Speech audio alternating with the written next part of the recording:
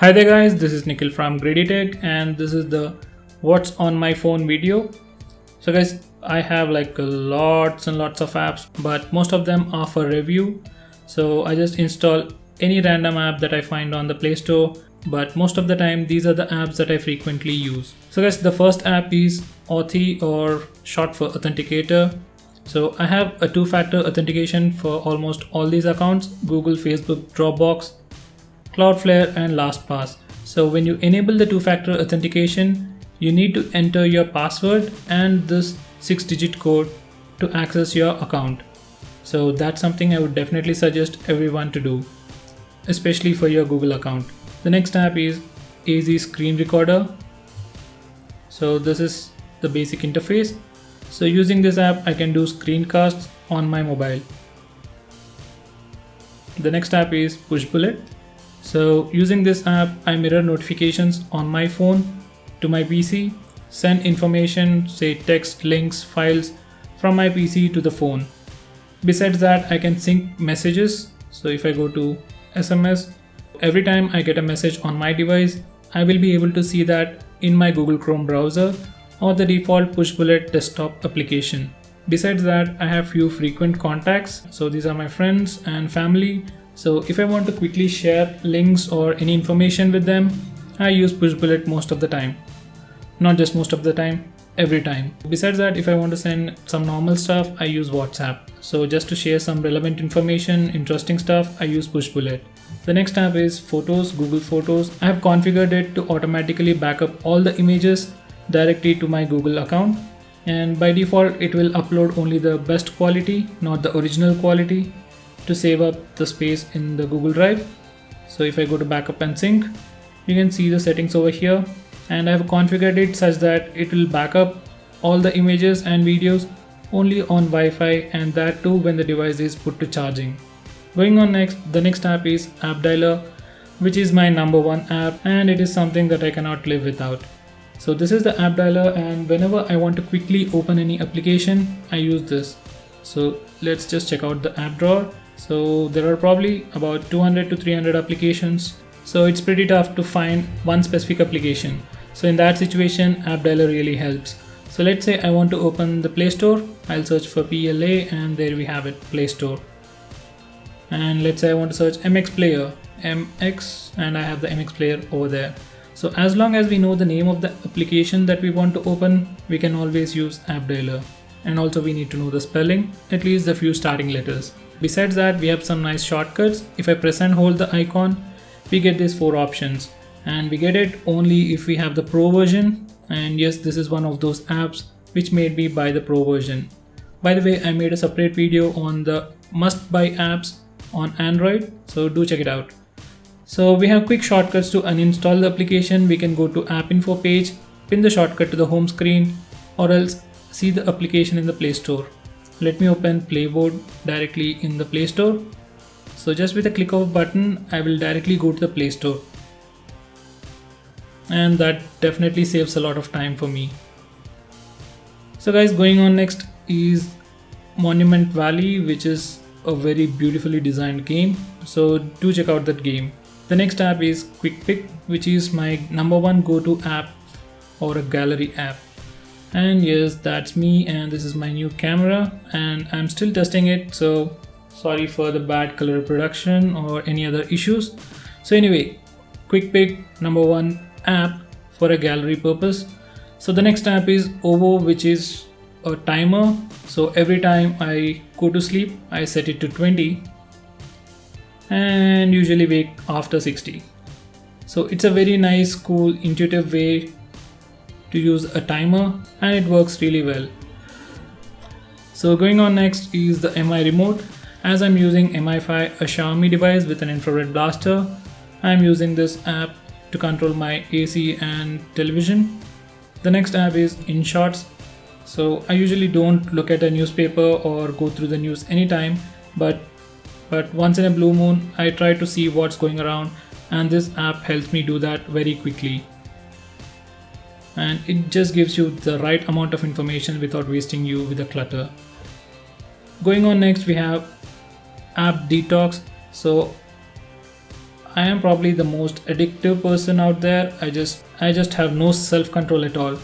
So using this app, I will limit usage for the applications for 15 minutes per day. So let's say I have YouTube, I will configure the app in such a way that I will be able to use YouTube only for 15 minutes. So I know I don't have self-control, so I create these kind of systems to help me deal with that. The next app is Gallery Vault. So if I have anything to hide on my phone, this is my go-to app, and it has some nice cool features. Do check out the individual review for complete information. The next app is an icon pack. So I don't even know how to spell that. So this is the app, and pretty much these are the icons. This is the first time I have actually bought an icon pack, and that was by pure accident. I was just trying it out and it didn't allow me to ask for a refund. So anyway, with so many apps installed on my device, it's much better to show you. It's much easier to show you this way. So these are not the stock apps. These are the apps, or these are the icons created by that particular developer. They look pretty good. Yes, they look slightly oversaturated, but I like them. So going on next, we have TouchPal, which is my number one go-to keyboard. Do check out the complete review for that. Next we have best app sales. So I buy a lot of apps, but not at their original price. I usually buy apps which are on sale. So these are the apps that are on sale, and I buy mostly the apps which cost like 10 rupees. So using that particular app, I track the prices of the apps. The next app is Daygram, which is like a diary. We can do the same thing using multiple other apps, but as I said, this was running for 10 rupees I guess, and I just love the entire UI and the entire design. So not a must buy app, but just something that I got it for a very less price. So going on next, we have Pocket. So every time I want to read anything, I just add it to the Pocket, but never end up reading them. Most of the time I try to read it, but most of the time, once again, I end up just saving those articles without actually reading them. So that's the Pocket. The next app is TSF Shell Launcher, the launcher that I'm currently using.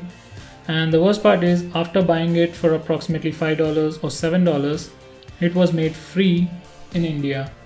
So that's something I really hate about the developer. So there are two best things that I love about this TSF Shell Launcher. The first thing is that I can sort all these applications alphabetically, or based on the time they are installed, or I guess based on the frequency.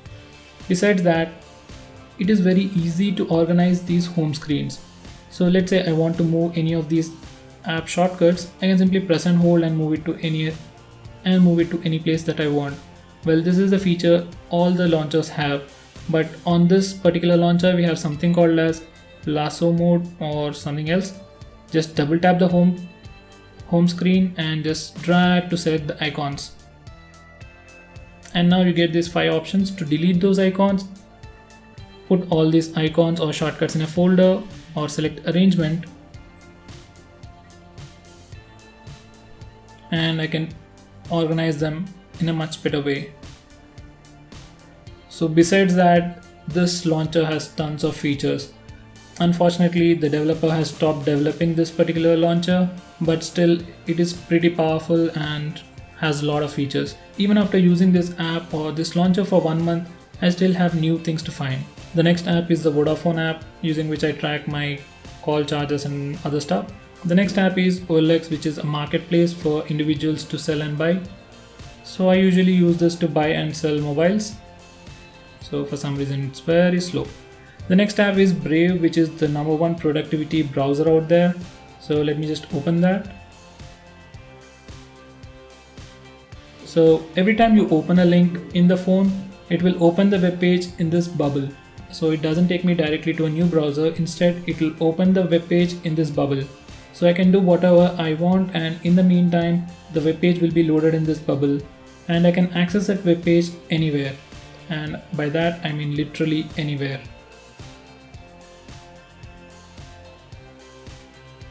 A very nice productive app to have.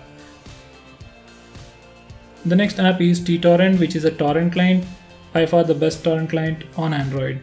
The next app is Follow Show. I use this app to follow or to track the TV shows that I watch. Do check out the complete review to know more about that application. The next app is YouTube Studio, using which I reply to your comments and keep track of my YouTube channel. The next app is Netgear Genie. So this is an Android application to manage your Netgear router. I use this app to block or grant permissions to devices connected to my router. The next app in our list is Your Window, which is a weather app. It just has a very nice intuitive user interface which makes it very easy to use. So I can simply swipe left to right and see how the day changes, and at the same time I can know how the temperature will change. So very cool app, and every time I get out of my home I just check that app once to see if it's going to rain or how sunny it will be. The next app is Share It, and by the way guys, the app icons on my device look different because of the icon pack I have. The next app is Share It, and we use Share It to share files. The next app is Timely, which is an alarm app. Do check out the review for that. The next app is MX Player, my default video player. The next app is Aftership. Whenever I purchase anything from eBay or some third-party seller, they use courier services like DHL, Blue Dart, FedEx, and using this application I can track those packages or couriers. So let me just show you this particular courier. So it just gives me this detailed information about when and where the parcel or the courier is. So definitely a must-have app for anyone who shops a lot or a shopaholic like me. The next app is Phased Breath, I guess. This is a meditation app that I really like. The next app is My Paid Apps, and I use this application to keep track of all the paid apps or all the apps that I have purchased. Earlier that feature was not present in the Google Play Store, but now they have added it. So the next app is UC Browser. So I don't regularly use it, and the only reason I use it is it comes with an ad blocker inbuilt.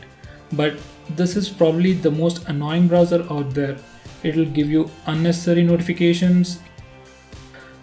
It will simply irritate you with all kinds of stupid stuff. So these are some common stuff that I do. I just go to the settings and turn off all these annoying things. So we have something called as Quick Access. It adds a quick search bar in the notification area, shows you Facebook notifications, and something called as Smart Clipboard, which I hate and completely disable it. And I also do something like this. I just go to UC Browser, go to App Info, change notification settings, and I'll disable all the notifications from this browser so I won't be irritated by that browser. It's a very good browser, but it irritates a lot. So the next app is MoneyView, using which I can track the money in my bank accounts. It doesn't require any information. It just tracks all that information from the messages you have received. The next app is Lemma, and this is how it looks. I have configured it in such a way that whenever I leave my home, it will automatically turn off the Wi-Fi and enable GPS and some other automation stuff like that. The next app is SwipePad. So I am a very lazy person, probably the laziest person. No, just a very lazy person. So anyway, I want to have access to all my favorite apps within the reach of a single click. So I use SwipePad. I just do that and I have access to all my frequently used apps. So these are the apps that I use very frequently, and seriously, if I have just app dialer, I can access any app instantly. So this is SwipePad, and it works really well.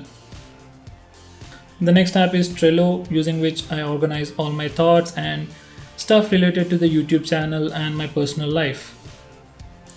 The next app is Peel Smart Remote, which is an alternative for the MI Smart Remote to use the infrared sensor. So as you can see, I have installed all these apps but haven't actually configured them. So anyway, the next app is All-in-One Printer app. I use this app to scan and take printouts from my HP wireless printer. The next app is Power AMP, which is the best music player out there and something I bought like years ago. The next app is Google Keep, and if there is anything that I want to take down or note down very quickly, this is the app that I use. The next app in our list is ES File Explorer, by far the best file explorer with tons of features, but even this app has become quite annoying in the past few days. But unfortunately we don't have a very good alternative for ES Explorer, so that's why we have to stick with it. The next app is Voice Recorder, which is by far the best or my favorite voice recorder app. So apart from recording the apps, we have the option to automatically back up all those voice records to our Dropbox account. So that's something I really like. The next app is Cam Scanner, which is a document scanner. Do check out the complete review for that. The next app is Tasker, which is an automation app. The best automation app on an Android device or any Android device. Tons of features. It'll just take hours together to explain all the features about the Tasker. So do give it a try. By the way, it's a paid app. The next app is GSM Battery Monitor. I use it to track how the battery drains on my device. So it says it used 7%. So it says the MI5 used 7% in the last 30 minutes and the phone was active or the screen was turned on completely for the last 28 minutes. So that's pretty good. So there you have it, guys. These are the apps that are currently installed, or these are the apps that I regularly use on my device. So coming to how I set up my device, every time I buy a device or switch to a new device, these are pretty much the apps that I install. Brave or Linkbubble will be my default browser. I will always install the swipe and configure it in this way. So on the top I have a shortcut to home. At the center, app dialer, camera, Google, ES Explorer, phone dialer. So these are my frequently used apps. And if we go to the notification area, we can see some persistent apps. So the last one, or let's come from the bottom. The first one is the TSF Shell Launcher. That's something I install in every phone.